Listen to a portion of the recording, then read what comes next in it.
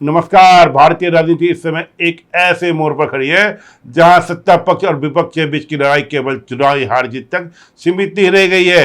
यह लड़ाई अब भारत के संवैधानिक ढांचे, जनसांख्यिक संतुलन और भविष्य की राजनीतिक दिशा को तय करने वाली है। इन दिनों विपक्षी खेमे में छाई भयंकर बौखलाहट, प्रधानमंत्री नरेंद्र मोदी और गृह मंत्री अमित शाह के खिलाफ तीखी बयानबाजी और क्षेत्रीय दलों के भीतर मची भगदड़ इस गहरे राजनीतिक संकट का परिणाम है। विपक्ष का आरोप है कि भारतीय जनता पार्टी केंद्रीय सत्ता का दुरुपयोग कर उनके सांसदों को खरीद रही है, पार्टियों को तोड़ रही है और क्षेत्रीय अस्मिताओं को खत्म कर रही है। परंतु इस विलाप के पीछे का असली सच कुछ और ही है।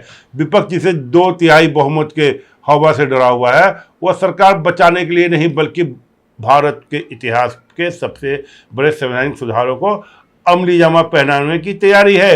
2/3 बहुमत का गणित, सरकार चलाने की मजबूरी या ऐतिहासिक फैसलों की तैयारी।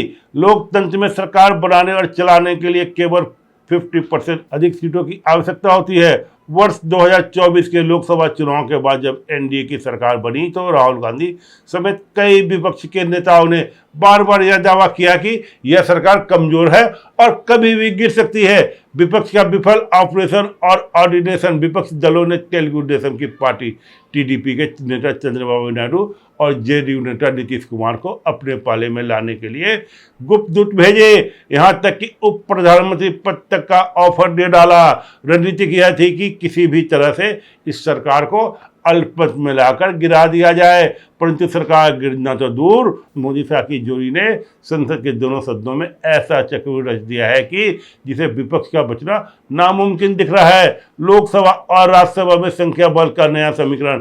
वर्तमान में एनडीए का मिशन 2029 से पहले संसद के भीतर 2/3 विशेष बहुमत प्राप्त करना है और यह लक्ष्य लगभग पूरा हो चुका है। लोकसभा का समीकरण, लोकसभा में किसी भी संविधान को संशोधन विधेयक को पारित करने के लिए लगभग 360 से 367 सांसदों की आवश्यकता होती है। आज के तारीख में विभिन्न क्षेत्रीय दलों के आंतरिक बिखराव का, उद्धव ठाकरे गुट के 6 सांसदों के परोक्ष समर्थन, ममता बनर्जी की पार्टी के कई सांसदों की तटस्थता और उत्तर पूर्व के क्षेत्रीय दलों के सहयोग से एनडीए के पास यह संख्या बल 364 से 365 के पार पहुंच चुका है। उच्च सदन में भाजपा अकेले 120 के आंकड़े को पार कर रही है और सहयोगों को मिलाकर एनडीए के पास 2/3 बहुमत से भी अधिक का स्पष्ट बहुमत है। इस संख्या के बल पर सीधा अर्थ यह है कि अब सरकार को किसी भी बड़े संविधान संशोधन विधेयक को पास कराने के लिए कांग्रेस या ध्रुव विरोधी दलों के सामने हाथ फैलाने की कोई आवश्यकता नहीं रह गई है। यहाँ तक कि कांग्रेस के भी 1 दर्जन से अधिक सांसदों ने ऐसे हैं जो केंद्र की नीतियों से असंतुष्ट हैं और बड़े राष्ट्रीय मुद्दों पर या तो मतदान से अनुपस्थित रहने वाले हैं या एनडीए के पक्ष में क्रॉस वोटिंग करने की तैयारी में है। विपक्ष के भीतर चल रही इमरजेंसी मीटिंग का एक बड़ा कारण केंद्रीय गृह मंत्रालय की प्रशासनिक हलचलें भी हैं। गृह मंत्री अमित शाह लगातार अपने मंत्रालय, कैबिनेट के सहयोगी और सुरक्षा एजेंसियों के प्रमुख के साथ बैक टू बैक बैठक कर रहे हैं। जम्मू कश्मीर से अनुच्छेद 370 को हटाने और वहां की सुरक्षा व्यवस्था को चाक चौबंद करने में महत्वपूर्ण भूमिका निभाने वाले वरिष्ठ खुफिया अधिकारी महज दीक्षित को आईबी का नया डायरेक्टर बनाया गया है। महज दीक्षित का अमित शाह के साथ पुराना और बेहद सफल क्रेडेंशियल रहा है। सुरक्षा गलियों में यह चर्चा आम है कि महज दीक्षित को आईबी का कमान सौंपना और एनएसए के साथ गृह मंत्री की गोपनीय बैठक इस बात का संकेत है कि सरकार आंतरिक सुरक्षा और नागरिक कानूनों को लेकर कोई ऐसा बड़ा कदम उठाने जा रही है जो अनुच्छेद 370 और सीए से भी अधिक व्यापक और दूरगामी होगा। हाल के दिनों में देश के भीतर पासपोर्ट नियम और नागरिकता की पहचान को लेकर एक नया विवाद खड़ा हुआ है। इस विवाद में कपिल सिब्बल से लेकर जावेद अख्तर जैसे सो कॉल्ड बुद्धिजीवियों को मैदान में उतारने पर विवश कर दिया। विपक्ष और वामपंथी बुद्धिजीवियों का तर्क है कि यदि किसी व्यक्ति के पास भारत का पासपोर्ट है तो उसके नागरिकता का कोई दूसरा प्रमाण क्यों मांगा जा रहा है। वे इस कौम पर खतरा और नागरिकों को उत्पीड़न बता रहे हैं। परंतु कानूनी और संवैधानिक स्थिति स्पष्ट है।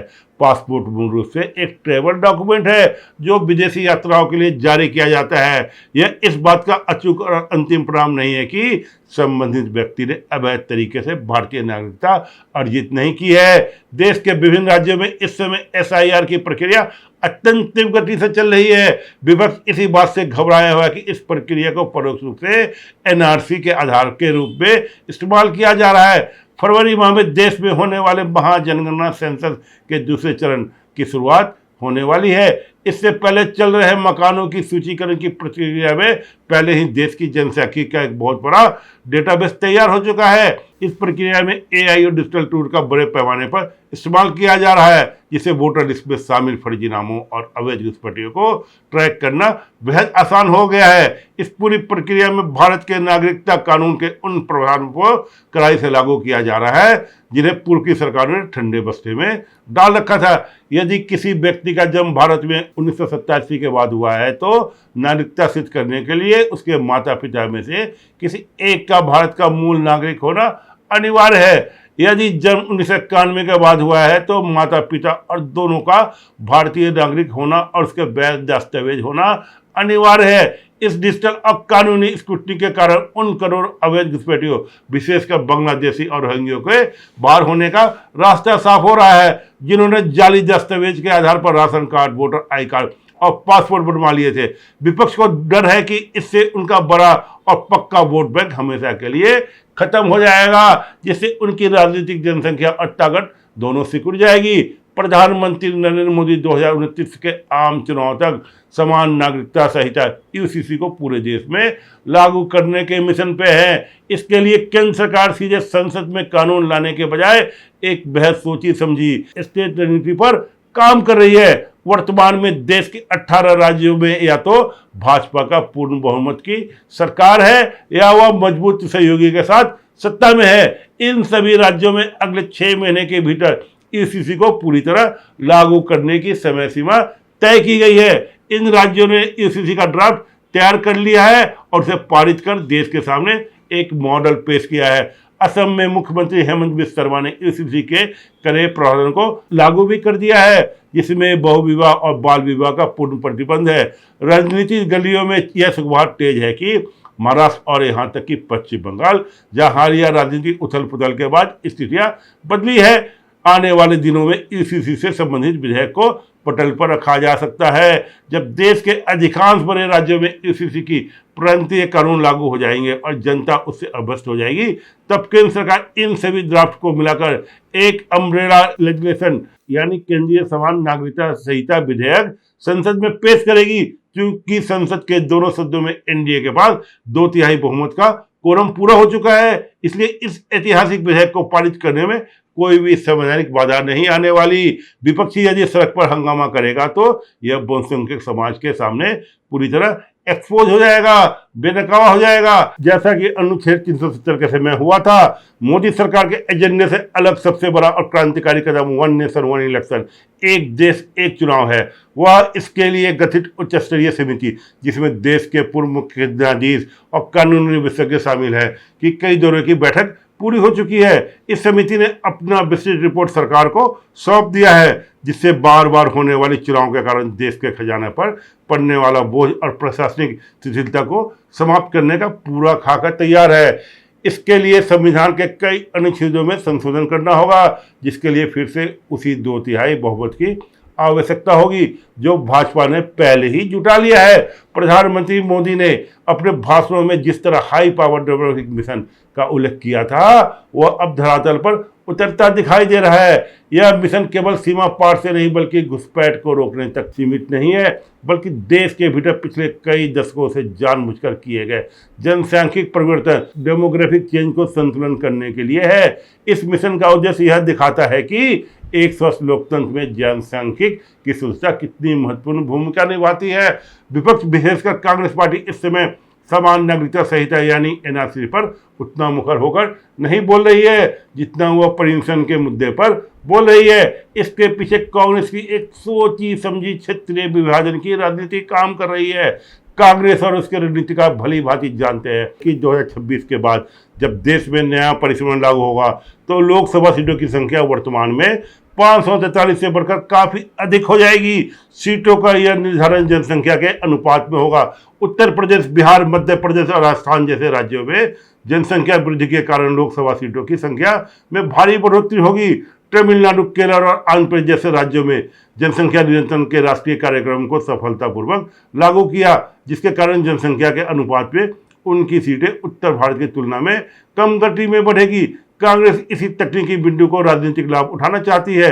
वो डीएमके और दक्षिण भारत की अन्य क्षेत्रीय पार्टी के भीतर यह डर पैदा कर रही है कि मोदी सरकार परिसंवरण के जरिए दक्षिण भारत की राजनीतिक प्रभाव को खत्म करना चाहती है। कांग्रेस का उद्देश्य परिसंवरण के बहाने एक नया उत्तर बनाम दक्षिण का विवाद खड़ा करना है, ताकि वो विपक्ष भारत में एनडीए के बढ़ते प्रभाव को रोक सके और द्रमुक जैसी पार्टियों को अपने पाले में मजबूती से बनाए रख सके।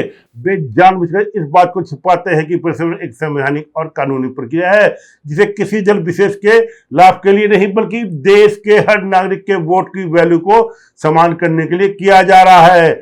वर्ष 2026 की भारतीय राजनीति का कड़वा सच यह है कि विपक्ष इस समय वैचारिक और संगठित रूप से पूरी तरह दिवालिया हो चुका है।